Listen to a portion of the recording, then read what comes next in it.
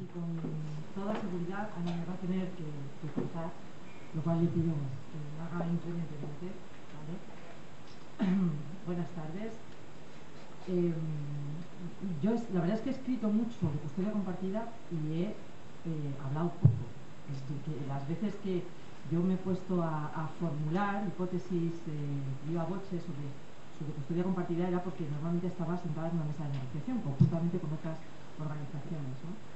Entonces, bueno, pues voy a intentar resumir lo que es una visión de más de una década trabajando sobre este tema, porque una de las cosas que hay que decir es que los primeros posicionamientos de las organizaciones feministas en el ámbito estatal particularmente hubo que hacerlos antes del año 2005, porque es el momento en el que se plantea la primera modificación del Código Civil en el que se cuela ya el concepto de custodia compartida, ¿no? Soy consciente además de que estoy en un foro experto, es decir, que yo creo que gran parte de las razones que yo puedo exponer aquí, en un marco además de asociaciones de mujeres y las intervenciones que hemos escuchado antes, ¿no? De mujeres además que trabajamos con mujeres que tienen dificultades, pues, de violencia de género, para separarse, que se enfrentan a los juzgados de familia, etcétera, etcétera, pues ¿qué os voy a contar, ¿no? Es decir, que la mayor parte de la vivencia sobre la custodia compartida seguramente la tenéis vosotros, ¿no? Pero sí que hay una cosa que a mí me gustaría, aparte de entrar en ese marco que dice Ana, que sí me gustaría dejar claro, y es el daño que nos está haciendo una cosa que le hemos visto hacer al magistrado que se acaba de marchar y que lamento mucho que no se quede, ¿no? para poder escucharlo, y es cuáles de los elementos que han contribuido al desarrollo y la creencia social de que la custodia compartida es un bien común, ¿no? Se han instalado en la legislación y qué tipo de daño están haciendo, ¿no? Y eso tiene mucho que ver con el marco que decía Ana, porque el problema no es ya que se hayan desarrollado leyes como la valenciana, ¿no? Como la que tenéis en esta comunidad autónoma, partiendo de la custodia compartida, sino que se han instalado en el derecho de familia en términos generales, incluso cuando el derecho de familia tiene que tomar decisiones en los casos de violencia de género que están construidos a partir de los conceptos básicos de la custodia compartida, ¿no?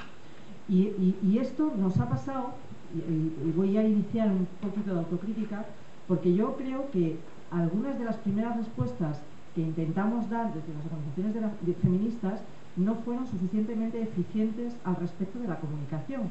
De tal manera que si yo escribí mi primer artículo en el 2005, que además fue el primero que escribí en un medio de comunicación, además, pero en gran parte del tiempo que hemos estado explicando sobre custodia compartida nos hemos detenido a tener que explicar que nosotras no estamos en contra de la custodia compartida, lo cual es una trampa de la que no se sale, compañeras. Es decir, si una tiene que empezar a explicarse diciendo lo que no dice, ¿no? Diciendo al contrario que no está diciendo lo que el contrario está diciendo, pues en principio la mitad de la batalla de la comunicación la teníamos perdida desde el principio, ¿no?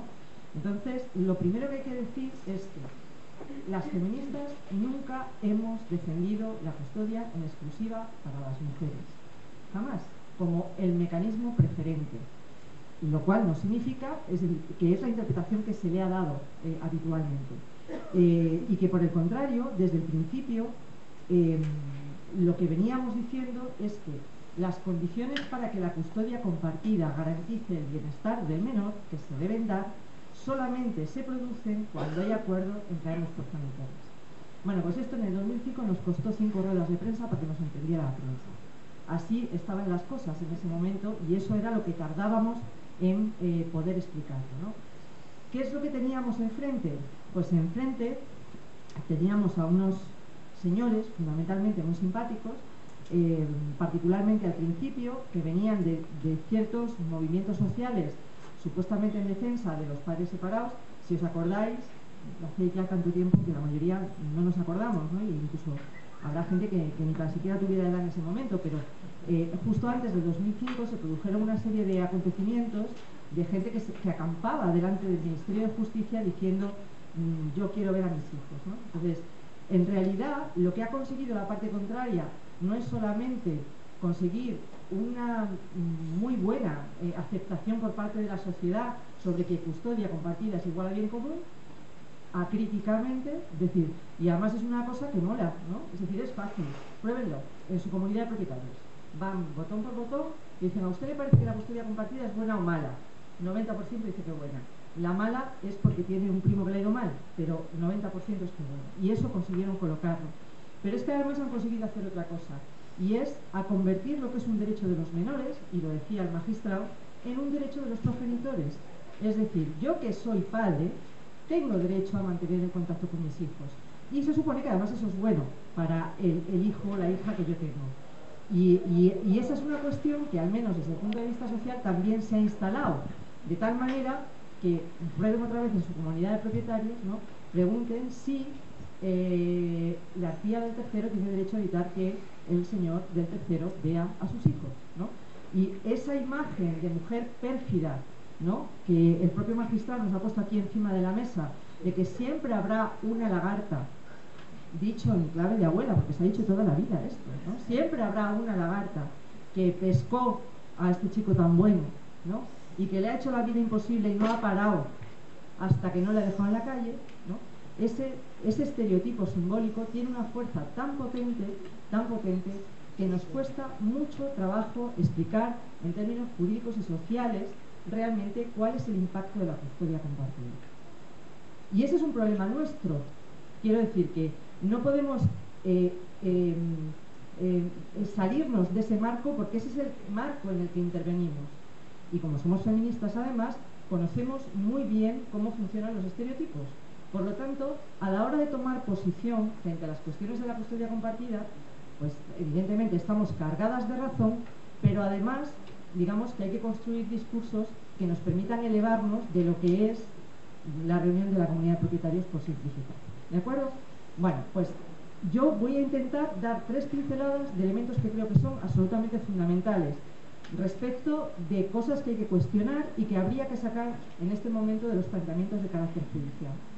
Porque una de las cuestiones que ha pasado durante estos últimos años, y nos ha venido muy bien que el magistrado, voy a citar mucho magistrado, ¿vale?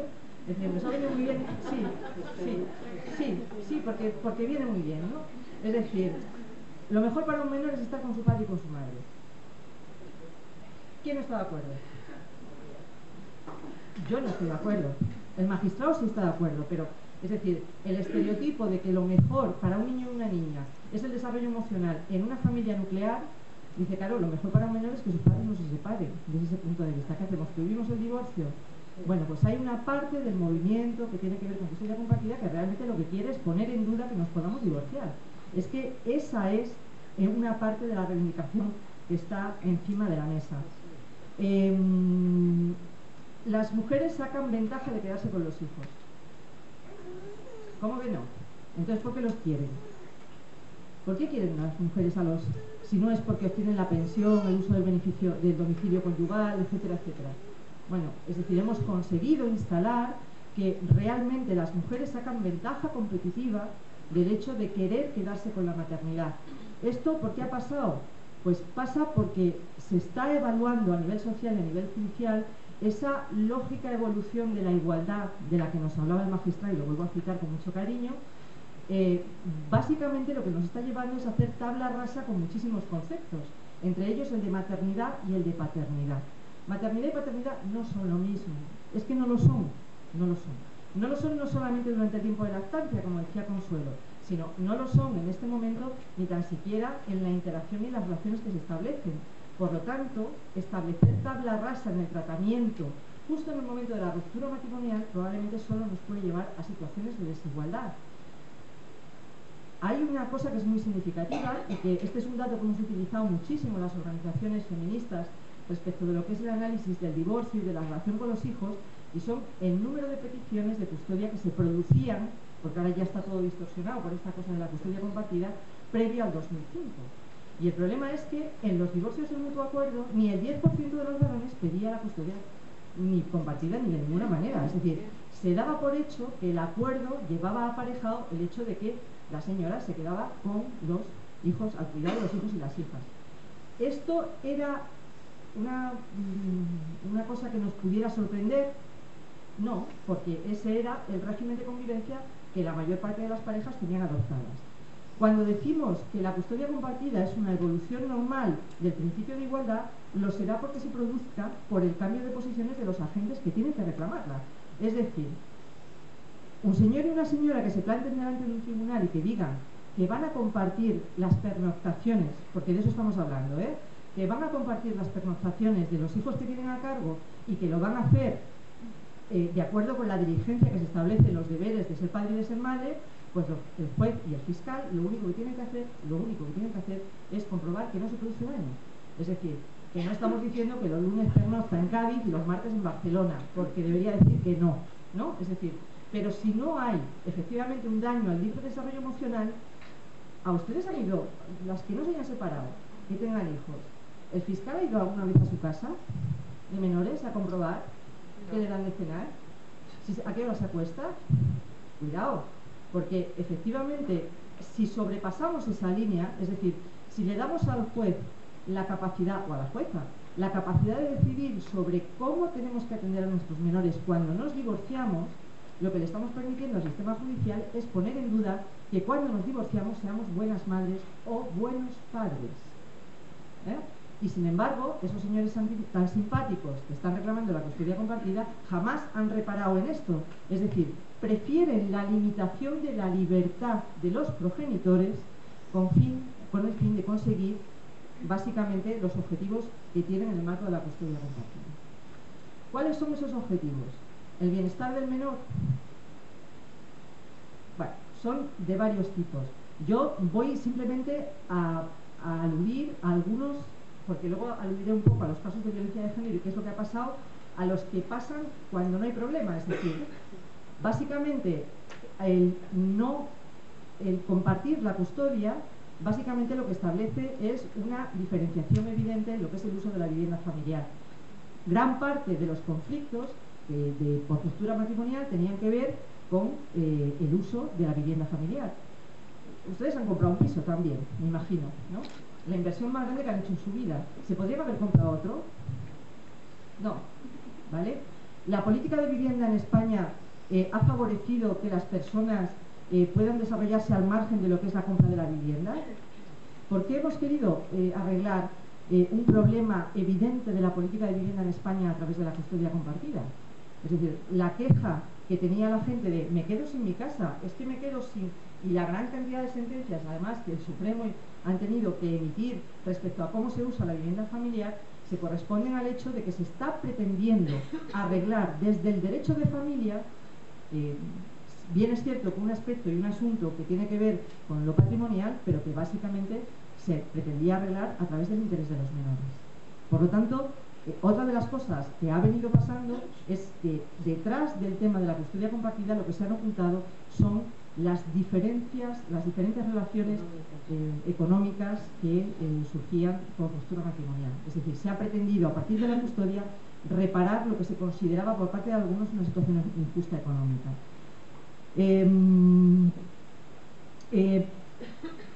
¿Qué es lo que sucede con todo este tipo de mitos y de estereotipos que se han ido generando, ¿no? Esto de que lo mejor para un niño y para una niña es estar con su padre y con su madre, esto de que las mujeres se benefician de la custodia, esto de que realmente las custodias en exclusiva generan situaciones injustas y demás.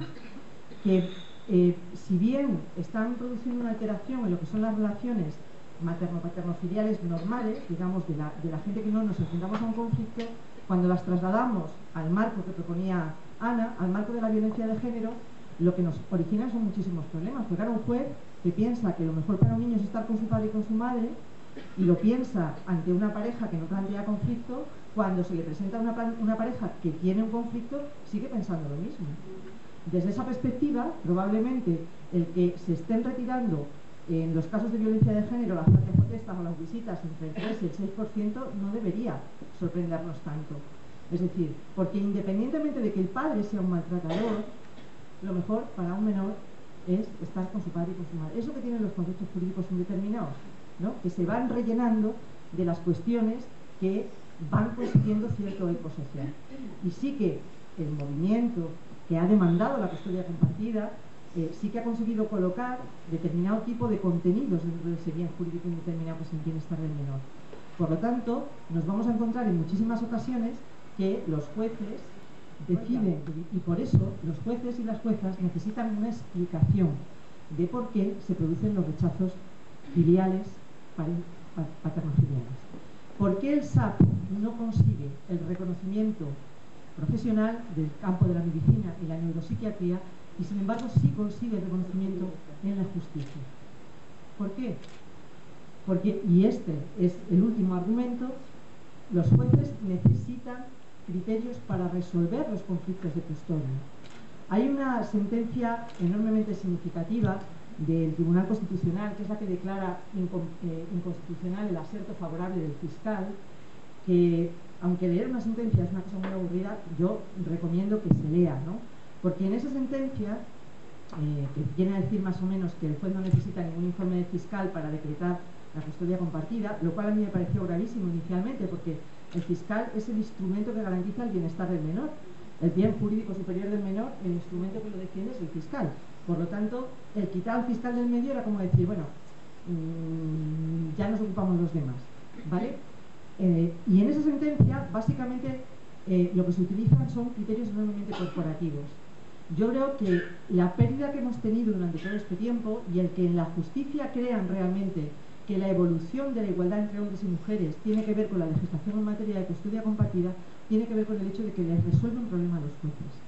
Cuando un juez no sabe qué hacer, cuando un juez no sabe cuáles son los criterios a establecer para resolver un conflicto de custodia, prefiere decir que mejor custodia compartida. Es una cuestión de lo del rey Salomón, ¿vale? La custodia compartida les resuelve ese problema a los jueces y por lo tanto, aparte de toda esa contestación social, que ha conseguido además un nivel de revolución social muy importante, que tiene que ver con las firmas a las que hacía mención Consuelo de la ley vasca, etcétera, etcétera, han conseguido miles de mociones en los ayuntamientos a favor de la custodia compartida, etcétera, etcétera, pues para los jueces y las juezas también es una explicación sencilla y fácil como el SAP. No es normal que una niña rechace a su padre, por lo tanto aquí tiene que estar pasando algo raro, por lo tanto tiene que haber algo, por lo tanto efectivamente vamos a sacar a la niña de la madre para dársela al padre y así arreglar el problema, ¿no? Lo último que digo ya, el otro día colgué en mis redes sociales una sentencia por poner, digamos, las cuestiones ya más en el extremo, ¿no? Es decir, que cómo están incidiendo todo este tipo de criterios que hemos construido en torno a la custodia compartida en lo que son las relaciones paternofiliales. El otro día leía que un señor había sido condenado por obligar a su hija de 9 años a hacer una felación. No sé si visteis una noticia, las que estamos enfermas con esto de la violencia de género nos leemos estas cosas tan agradables, ¿no? Y la leí, ¿no? El señor ha sido condenado a un buen número de años de cárcel, a 6 o 9 años de cárcel, la niña tiene 9 años. Y le ha condenado a la retirada de la custodia durante 6 años. 9 más 6, cuando salga de la cárcel, ¿pedirá la custodia compartida?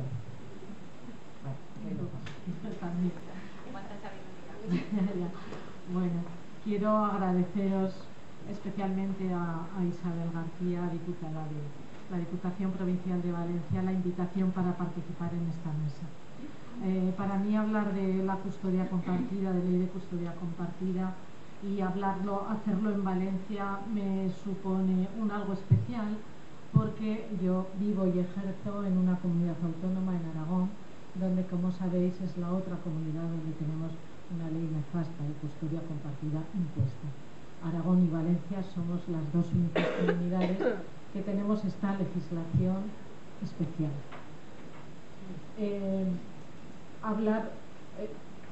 Hace 2 o 3 años, en una reunión de jueces del sur de Francia y del norte de España, que nos dejaron estar a algunos abogados, intervino el presidente del Tribunal de Apelación de Burdeos.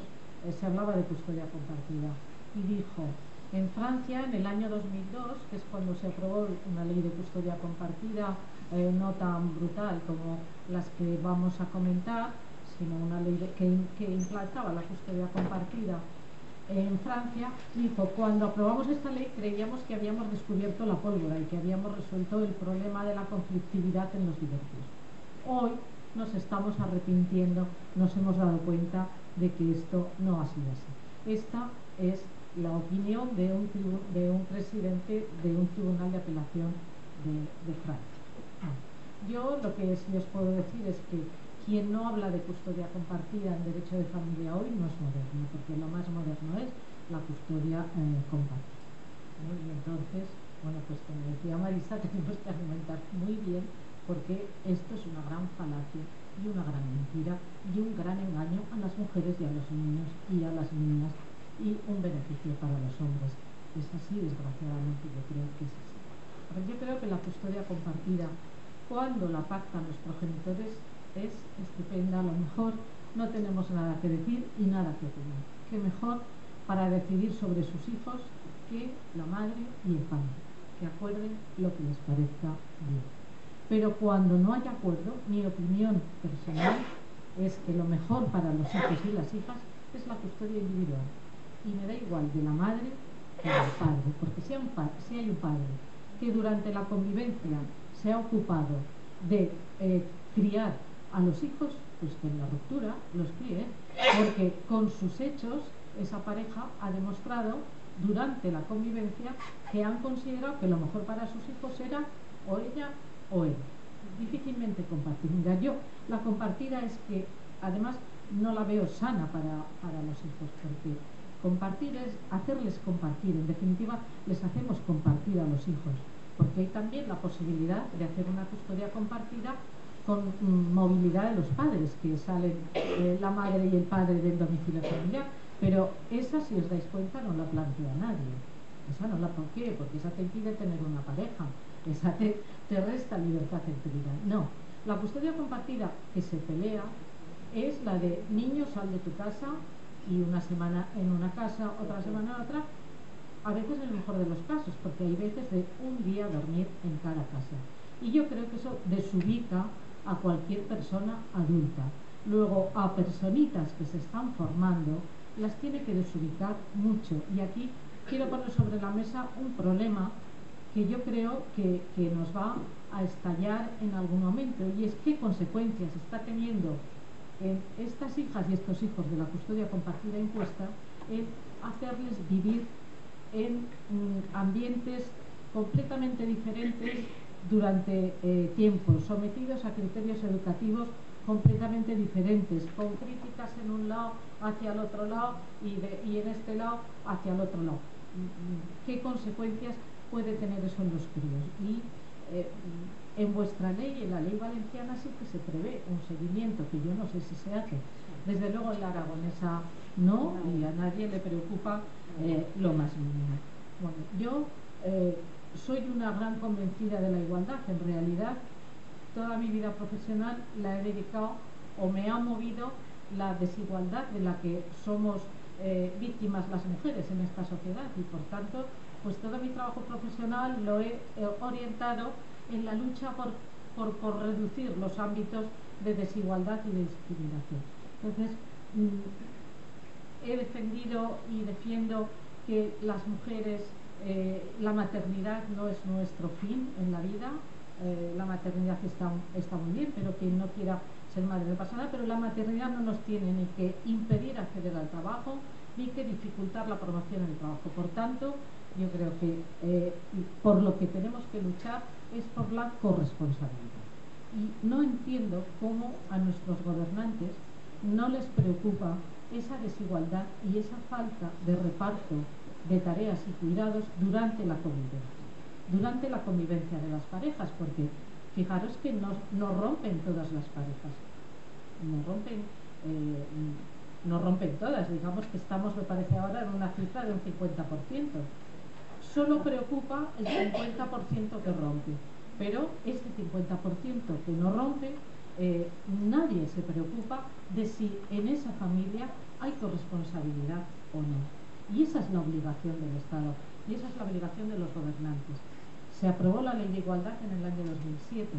La Ley de Igualdad introdujo el permiso de paternidad, un permiso pacato de 13 días, que ya preveía que para el año 2013 se ampliaría a 30 días. Pero fijaros, cuando se aprobó esa ley, durante la tramitación se constituyó una plataforma de asociaciones pro permiso de paternidad, para que los padres tuvieran este permiso, que fuera intransferible, que fuera largo, para que pudieran conocer y querer a sus hijos, y a sus hijas. Y casi todos los que estábamos ahí eran asociaciones de mujeres. Me parece que solo estaban Hombres por la Igualdad.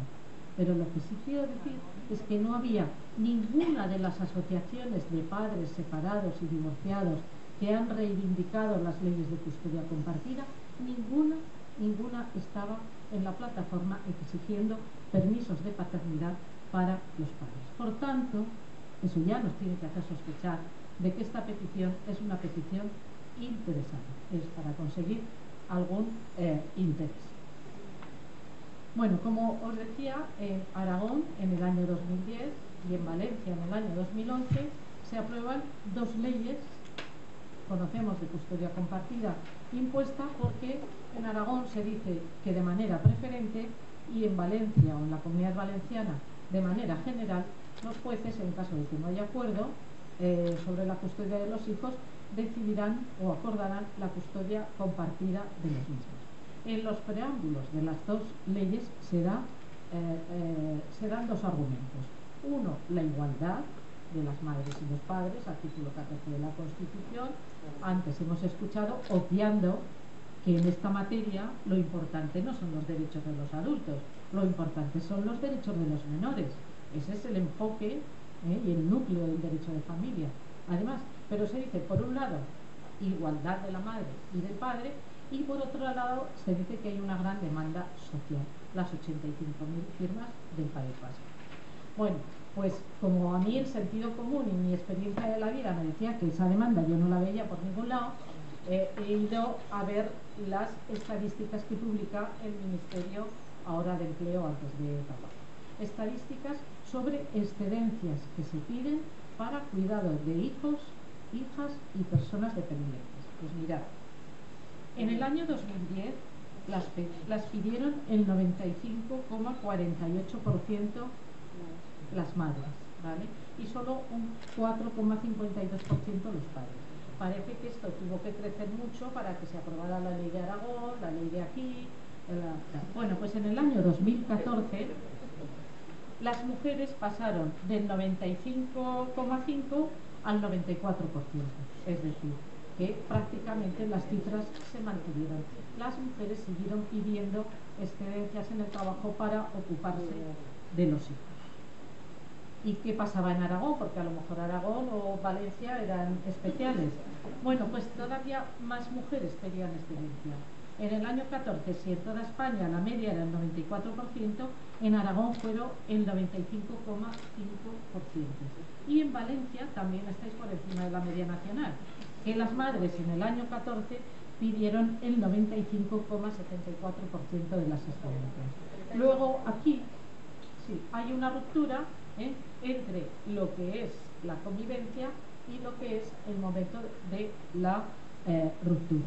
Estas falta de sentido común y esta falta de lógica está ocasionando un montón de desajustes importantísimos al exigir en los tribunales esta custodia compartida cuando no se corresponde con la vida anterior, con la experiencia anterior. De todas maneras, a mí me gusta también decirlo por serenar el debate y por dejar claro de qué cifras estamos hablando, decir que en el año 2014, por ejemplo, se produjeron 100.700 y pico divorcios y el 76% se resolvió de mutuo acuerdo, ¿vale? Es decir, que la inmensa mayoría de los divorcios no se plantea esta discusión en los juzgados y que los jueces tienen que entrar a resolver una parte mínima de los divorcios que se producen. Estas son cifras del Instituto Nacional de Estadística, no están publicadas las del 2015, las últimas son las del 14, pero por ejemplo en el año 2013 de esos divorcios de mutuo acuerdo, que fueron 71.000 y pico, de todos esos divorcios solo en el 10,86% de los casos se acordó custodia compartida. ¿Qué quiere decir esto? Que casi hay una correspondencia entre las excedencias por cuidado de hijos y la custodia compartida. Después, que hay en los mutuos acuerdos hay una prosecución natural de lo que se venía haciendo antes de la ruptura y lo que se acuerda por después, que los desajustes se producen en los procedimientos contenciosos. De tal manera que, bueno, en el año 2013, en conjunto, entre los contenciosos y los mutuos acuerdos, hubo un 17,9% de custodias compartidas y en el año 14 ascendieron o subieron hasta el 21,2%. Pero lo que quiero dejar claro es, primero, que desgraciadamente durante la convivencia de la pareja es la madre la que sigue ocupándose de atender las necesidades de los hijos cuando son pequeños, y que afortunadamente también la mayor parte de las rupturas se resuelven por un acuerdo de los progenitores, y que solo en un porcentaje, bueno, 20 y tantos % son los que acceden al juzgado, y en los que se plantea, no en todos, pero en algunos se plantea la discusión de la custodia compartida. Para no alargarme, decir que lo que hay que analizar y el prisma que hay que tener, y el único que tiene que tener el juez para resolver, es el del beneficio de los niños y de las niñas menores de edad. Y entonces es verdad que es una entelequia, que es un concepto jurídico indeterminado, y que en unas mismas circunstancias un juez puede resolver que lo mejor es la custodia compartida, y en otras circunstancias que es lo mejor la custodia individual, y que eso nos ocasiona inseguridad jurídica. Y precisamente por eso yo creo que una de las funciones que los gobiernos tienen que acometer es ayudar a las parejas a resolver los conflictos de manera, a resolver los problemas de la ruptura, en lugar de echar leña al fuego, que es en lo que consisten las leyes de custodia compartida, que es echar leña, pues es ayudarles a resolver esa situación. De mil maneras, no solo con la mediación, que la mediación también, ojo, en la mediación, como no haya igualdad entre las partes, te la pueden colar bien colada. Pero hay muchas maneras, entre otras con mucha formación de los jueces que tienen que resolver. Bueno, en Aragón la ley que hay es parecida a la... No me voy a enrollar, había estado viendo las diferencias que hay entre la nuestra y la vuestra. En realidad son algunas diferencias que, aunque son importantes, el núcleo es ese, es que cuando no se llega a un acuerdo en tema de custodia de hijos, el juez tiene que acordar de manera preferente o de manera general la custodia compartida, pero en estas leyes se ha colado de rondón las dos reivindicaciones más importantes de los padres separados, y a esa finalidad sirven estas leyes. Mirad, la de Aragón fue una propuesta del Partido Aragonés Regionalista, el PAR, que es un partido pequeño, pero es un partido bisagra, que unas veces gobierna con el PP y otras veces gobierna con el Partido Socialista. El PAR presentó esta propuesta de ley, que nos echamos las manos a la cabeza. Marisa participó en las movidas que hicimos para que no se aprobara. Bueno, pues presentó esta ley, iba a haber elecciones pronto, y fue votada tanto como por el Partido Popular como por el Partido Socialista. ¿Por qué? Porque el PAR pues era la novia de los dos para gobernar después. Entonces, pues ese fue el precio. Entonces, esa ley, como la vuestra, no solo habla de la custodia compartida, habla del uso del domicilio familiar. Como sabéis, el Código Civil prevé que el uso del domicilio familiar se atribuye al progenitor y se quede al cuidado de los hijos menores. Bien, normal, porque son el interés más necesitado de protección, los hijos. Pero eso se ha acabado en el derecho foral aragonés y en vuestro derecho foral, y espero que con perdón de las foralistas, que eso se acabe pronto. Sí. Ya se acabó, ya no está en función de los hijos el uso del domicilio familiar, el juez acordará lo que le dé la real gana, ya no está vinculado a los hijos menores, porque además como los hijos menores van a vivir hoy aquí, mañana ya, pues ya el juez puede acordar lo que quiera. Eso por un lado. Y por otro lado, se acabaron las pensiones de alimentos, porque con la custodia compartida, como se resuelve, es obligándoles a hacer una cuenta común. Y ahora ya los hombres controlan lo que pasa con su dinero, porque eso es la gran lucha en los divorcios. El hombre considera que cualquier dinero que da la mujer para los hijos es para irse a la peluquería. Y de esta manera, si va a la cuenta común de la que es titular, pues ya sabe en qué se ha gastado cada euro que ha aportado. De forma que, con una ley de la que solo se habla, de la custodia compartida, se han venido a resolver dos reivindicaciones importantísimas de estas asociaciones de padres separados: desvincular el uso del domicilio de dónde están los hijos menores y terminar con las pensiones de alimentos. Esas son las verdaderas, el verdadero interés que existe en esta cuestión. Y yo creo que en el tema del uso del domicilio es verdad que hay algunas situaciones que son abusivas, pero eso se puede corregir perfectamente, modificando el artículo 96 del Código Civil, retocándolo en lo que sea necesario. Los abusos se pueden corregir, pero claro, esto es una engañada tremenda a las mujeres. ¿Y por qué decimos que a las mujeres? Porque, mirad, las mujeres en esta batalla, yo pienso que no estamos defendiendo nuestros derechos. Nuestros derechos no están en estar cuidando a los hijos objetivamente, ¿eh? Nuestros derechos están en acceder a puestos de trabajo, estamos muy formadas, en tener puestos de trabajo que se correspondan con nuestra formación, en poder viajar, en tener una vida independiente como la tienen nuestras ahí están y además nuestros derechos, y además tener hijos e hijas a los que queramos, que nos quieran, que sean queridos y cuidados por las personas con quienes las hemos tenido. Pero en esta batalla las mujeres estamos defendiendo a los hijos y a las hijas, porque no son defendidos ni por esos padres que plantean estas batallas, ni por los jueces que de manera, yo creo que o ignorante o muy machista, no sé de qué manera, les dan la razón. Bueno, luego en el debate, si queréis, hablamos más.